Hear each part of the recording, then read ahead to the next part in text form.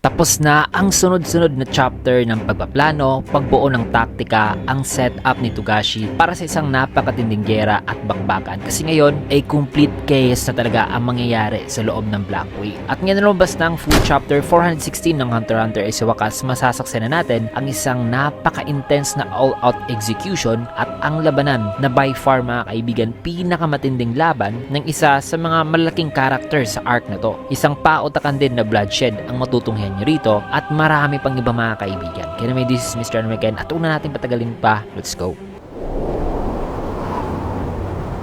Ang ng ating chapter ngayon ay declaration at nagsimula ito dito sa Black Whale na kung saan ay maririnig ang announcement ng declaration ng Special Martial Law. Nasabing idineklara na ang Special Martial Law. Inuulit ko, hindi ito isang drill. Inuulit ko, hindi ito isang drill. Sa lower tiers naman ay pinapakita na pinapa-line up na mga tao at pinapataas ang kanilang mga kamay habang maririnig din ang announcement na nagsasabing during the Special Martial Law, ang ni sino man nakikilos ng walang permission mula sa Royal Military Soldiers ay babarilin daw talaga on the spot. Kaya dapat ay manatili daw sila sa kanilang kinatatayuan ngayon. Matapos yan sa VVIP area ay may kita si Butch, Benjamin at Furikov na naghahanda na patungo sa room ni Camila. Nasabi sa isipan ni Benjamin na simula nung lumabas na raw ang symptoms ng lason ay after 12 hours daw ay mamamatay daw ang biktima nito. Pero 2 hours bago pa raw siya tuluyang mamatay ay makokoma raw muna siya at hindi na makakagalaw. Kaya may 10 oras na lang daw siyang natitira para gawin ang mga bagay-bagay na kailangan niyang gawin. At kailangan niya raw talagang isettle ang lahat bago pa raw bumigay ang kanyang katawan. May kita naman ng 2 guards ni Camila na nakabantay sa labas na naghahanda na para i-confront si Benjamin. Kaya sinabihan naman ni Benjamin ng guard na si Mosbe na buksan daw nitong pinto kasi kailangan raw niyang kausapin si Camila. Di naman nakasagot si Mosbe na sabi pa ni Benjamin na kung isang lantarang shootout o pagbaril under sa Special Martial Law ang gusto raw nito ay pwede niya raw itong gawin. Kaya may 3 segundo raw itong si Mosbe para magdesisyon. At ayon din dito mga kaibigan,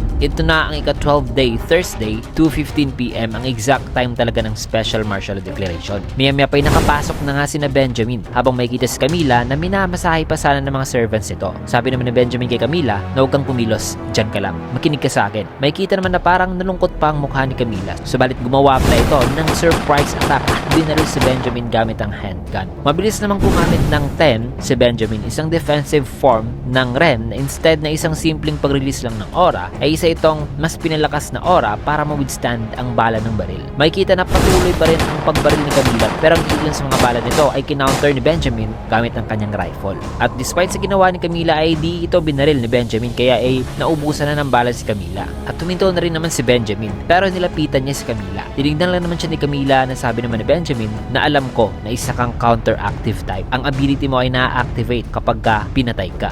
Napaka-interesting naman yan. Pangiting sagot naman ni Camila na kaya pala di mo ko kayang barilin. Kawawa ka naman. Sa tingin ko lang naman ang pinakamabuting magagawa mo rito sa limitadong time ng pagdeklara mo ng martial law gawin lang na excuse itong martial law para ikulong ako at patayin sa gutom. Well, gawin mo lang yan. Tingnan natin sa kung sinong mas tatagal sa ating dalawa. Si Kami ba raw o Camila ang unang mamamatay dahil sa gutom? O di kaya nananagsasalita pa si Camila ay may dumating naman na napakuha sa atensyon ni Benjamin at ang dumating ay isa pala sa guard ni Camila. Kaya sabi pa ni Camila na sino kaya ang unang mamamatay? Ako dahil sa gutom o ikaw dahil sa sumpa? Sabay nagpakamatay ang guard ni Camila na si Moswana na ang sumpa ay nakatarget kay Benjamin na sabing hayaan mo akong samahan ka, Prinsipe Benjamin. Nagulat naman si Benjamin at bumagsak kagad si Moswana at matatandaan na ang mga guards ni Camila ng mga tinatawag na have-nots ay may mga naka-assign na prinsipe na kanilang isusumpa. Ang sumpa ay isa ring uri ng post-mortem nan at mas mabilis itong magti-take effect kung magpapakamatay ang isang guard na malapit sa target nito at kung titignan niya muna ang target during sa pagpapakamatay. Kaya na may matapos ang pagkamatay ni Moswana ay lumabas kagad ang mga nakakatakot at eerie na figures. Nasabi rito na ang pangalan ng curse ay we who were born out of convenience,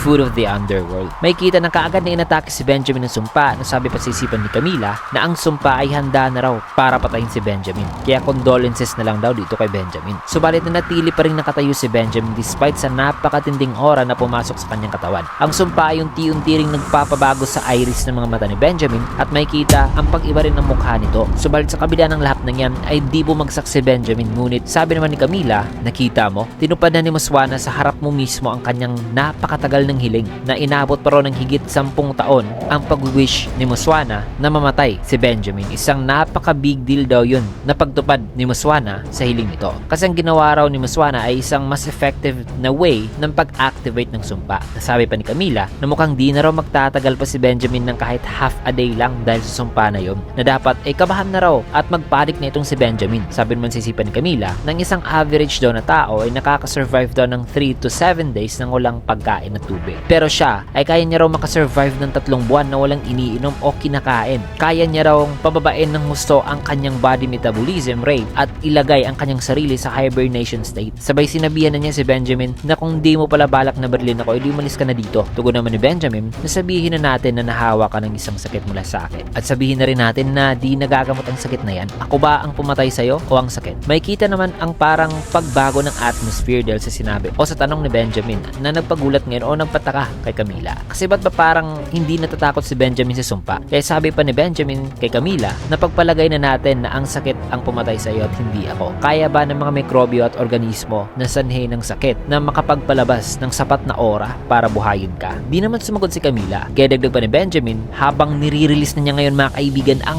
poison gas ng TSK-17 nang di alam ni Camila, nasabing at napagpalagay na lang natin na kahit na mamamatay ka sa sakit at makukonsidera pa rin daw na siya o si Benjamin ang nakapatay kay Camila, kung mauuna naman daw si Benjamin na mamatay dahil sa sakit, kaninong buhay raw kaya ang kukunin ng ability ni Camila para buhayin ito muli? Kasi ang ability ni Camila kumukuha ng buhay ng pumatay sa kanya. Pero what if ang pumatay kay Camila patay na? Kaya dahil sa mga salitang yan ni Benjamin ay nagulat at nagtaka naman ngayon si Camila at di makasagot. Tumalikod naman si Benjamin na sabing hindi ako takot sa kamatayan. Pero paano naman pagdating sa iyo? Sabay umalis na si Benjamin. Pero tapos na. Sinadya pala ni Benjamin na makalapit para i-poison si Camila ng TSK-17. Matapos yan ay na-proceed na sa room ng ibang prinsipe sina Benjamin at habang patungo sila sa room ng kanilang next target ay sabi pa ni Furikov na walang nangyayaring movements daw sa room 1004. Ang 4th Prince Cherednik ay nasa loob daw ng room na yon. Sabi pa ni Butch na 20 tao raw ang nasa loob ng room ng Prinsipe Cherednik at kasama na rin daw ang 4th Prince dyan. May mga Royal Military Soldiers din daw sa loob at from his info ay di niya raw alam sa kung sino-sino dun ang Royal Military Soldier. Sabi naman ni Benjamin na kumilos kayo alinsunod sa rules. Bumaril kayo kung kailan at kung kanino nyo kinakailangan. Pero pagdating kay Cherednik ako nang bahala sa kanya, huwag kayong makialam. Matapos yan ay dito naman kay Cherednik ay makikita na patuloy pa rin ang kanyang training despite the fact na napakaingay na ng alarm ng Special Martial Law Declaration. Kaya ngayon napasabi si Salkov sa kanyang isipan na grabe ni hindi man lang nahinto o naistorbo ang Zetsu raw ni Cherednik. Kahit na umalingaw na raw ngayon ang alarm ng Special Martial Law Declaration. Na anong klase ba raw ang mental state ng taong to? Habang iniisip ni Salkov ang mga bagay na yan,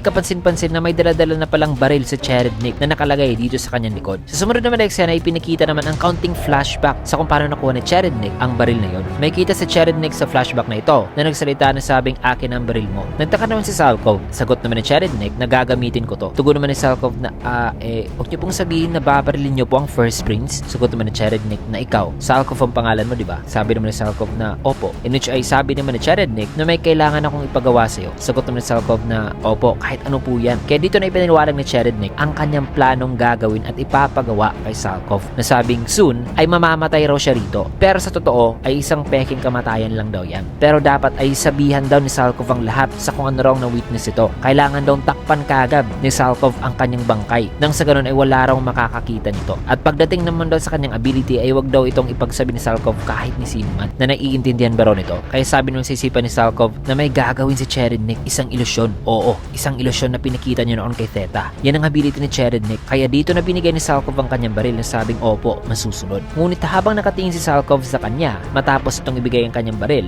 ay sabi niya sa kanyang isipan na mukhang meron talagang condition na nangyayari rito. Isang condition na magpapatrap sa akin once na masunod na ito. Isang condition daw na kahit ang kagaya ni Theta na isang napaka-skilled na hunter ay di nakapansin na may something's off daw talaga sa ability ng prinsipe. Napansin niya rin na para bang gustong-gusto din ni Cherednik na mapabilis ang pag-enter nito sa state of Zetsu at mapahaba ang duration nito sa pag-maintain sa state of Zetsu. Na kung ang ability raw pala ng prinsipe ay natitrigger kapag ka nasa state of Zetsu ito, ay logically, ngayon daw mismo na nasa state of Zetsu ito, ay naka-activate na raw o nagsisimula na raw itong gumamit ng ability. Natama raw si Theta, wala raw siyang nadidetect na kahit na anong mula sa prinsipe. Hindi raw siya makapaniwala kasi grabe ibang klase raw ang tapang ni Cherednik na salubungin raw head on ang Prinsipe Benjamin despite the fact na hindi pa nito na-master ang kanyang Nen fully. At nag-e-ensayo pa rin daw ito. Nabaliw bro itong si Cherednik o baka confident lang daw talaga ito sa kanyang ability? Well, baka nga ay parehas daw nabaliw at confident ito. Pero salamat na lang daw ayon kay Salkov. Kasi at the same time ay may witness niya rin daw ang showdown ng first and fourth prince sa malapitan pa at masusubukan daw talaga niyang ma-analyze ang ability ni Cherednik at aalamin niya raw talaga ito para sa kapakanan o para kay Theta. Matapos niyan, ay back to present, nasa labas na ngayon ng room ni Cherednik si Benjamin na sabi naman ni Butch na nakalock pa rin daw ang pinto at wala raw nagre-response sa kanila. Kaya sabi pa ni Benjamin, umatras ka muna. Sabay sinipa niya ang pinto para makapasok. Nasabi naman ni Benjamin kina Butch na pumesto kayo sa likod ko. Gawin niyo akong panangga at barilin niyo ang ni sino man nakikilo sa likod ko. Sagot naman ni Butch na masusunod po. Maya-maya pa'y habang tinignan-tignan ni Benjamin ang paligid, ay ang nagpakuha talaga sa kanyang atensyon sa lahat ng mga guards sa Cherednik ay itong si Danjin na visible ang aura. Kaya nilapitan niya ito at tinanong na, "Hoy, ikaw, isa ka ba sa participant sa NEN class na sinagawa noon sa room 1014? Sagot naman ni Danjin na ako po, opo. Kaya inutusan ni Benjamin si Butch na dalhin daw si Danjin sa Central Ministry of Justice kasi may itatanong raw siya sa kanya. Kaya in-escort na ni Butch si Danjin. Nasabi pa sa isipan ni Benjamin na narinig raw niya mula sa reports na kung ang lalaking yun daw na si Danjin ay wala raw NEN noon at ngayon ay parang isang completely NEN user na ito. Sa tingin niya, nagaya sa iniisip niya noon ay mukhang kailangan daw talaga niyang imbitahan itong si Kurapika sa kanilang army para magsilbing NEN lecturer. Kaya nag-proceed na si Benjamin sa main quarters ni Cherednik na kung saan ay may kita itong nakatayo at nakapikit pa rin. May kita naman si Salkov na itinaas ng kanyang kamay. Sabi naman ni Benjamin na, Zetsu. Well, nakakasurpresa. Pati pala ikaw ay nakakagamit na rin ng NEN. Sumagot naman si Cherednik habang nasa state pa ng Zetsu na sabing, gusto mo ba makipag-spar, ku? Na nang sasabihin pa sana niya ang word na kuya, dinaril na siya kaagad ni Benjamin. Nasabing, sino bang nagbigay sa'yo ng permiso na magsalita? Wala akong oras na makipag-deal sa kagaya mo. And just like that, ay isang insta-kill ang ginawa ni Benjamin. However, may baril na daladala si Cherednik mga kaibigan at yan ang hindi alam ni Benjamin. Kaya I'm pretty sure na using Cherednik's ability na ang parallel vision na kaya niyang makita ang 10 seconds in the future ay may gagawin talaga siya gamit ang baril mga kaibigan. Kasi pwede talaga ni Cherednik na patayin si Benjamin gamit ang handgun. Kasi parang ang nangyayari ngayon parang same scenario lang din nung nangyari kay Cherednik kay Theta na ang kanilang nakikita ngayon ay nabaril talaga si Cherednik at napatay ni Benjamin gamit ang rifle. Pero after 10 seconds ay pwedeng si Benjamin na pala ang may kita nilang patay kasi pinatay na pala siya ni Cherednik 10 seconds ago nung nasa state of Zetsu pa lang si Cherednik. Kasi di nila alam nakita na pala ni Cherednik ang moment na ito na pinatay siya in advance at iniwasan na pala nito ang baril kagaya sa ginawa niya kay Theta. So in that very moment na pag-iwas ni Cherednik sa baril in advance pwede niya na talagang barilin si Benjamin at ang makikita na lang ng tao ay nawala na ang bangkay ni Cherednik at patay na si Benjamin. Grabe, ang tindi. Ano kaya ang mangyayari kay Benjamin na di alam sa kung gaano ka-broken ang ability ni Cherednik? At ano rin kaya ang gagawin ni Kurapika matapos ang declaration nitong special martial law? Well, ang lahat ng yan at marami pang nakakapanabik na susunod na eksena ay matutunghayan natin sa susunod na chapter. Kasi dito man natin tatapusin ang video sa last panel na ito. Kung nagustuhan yung video, can you get a like, comment, subscribe na rin for more videos like this. Maraming salamat and see you again on my next video.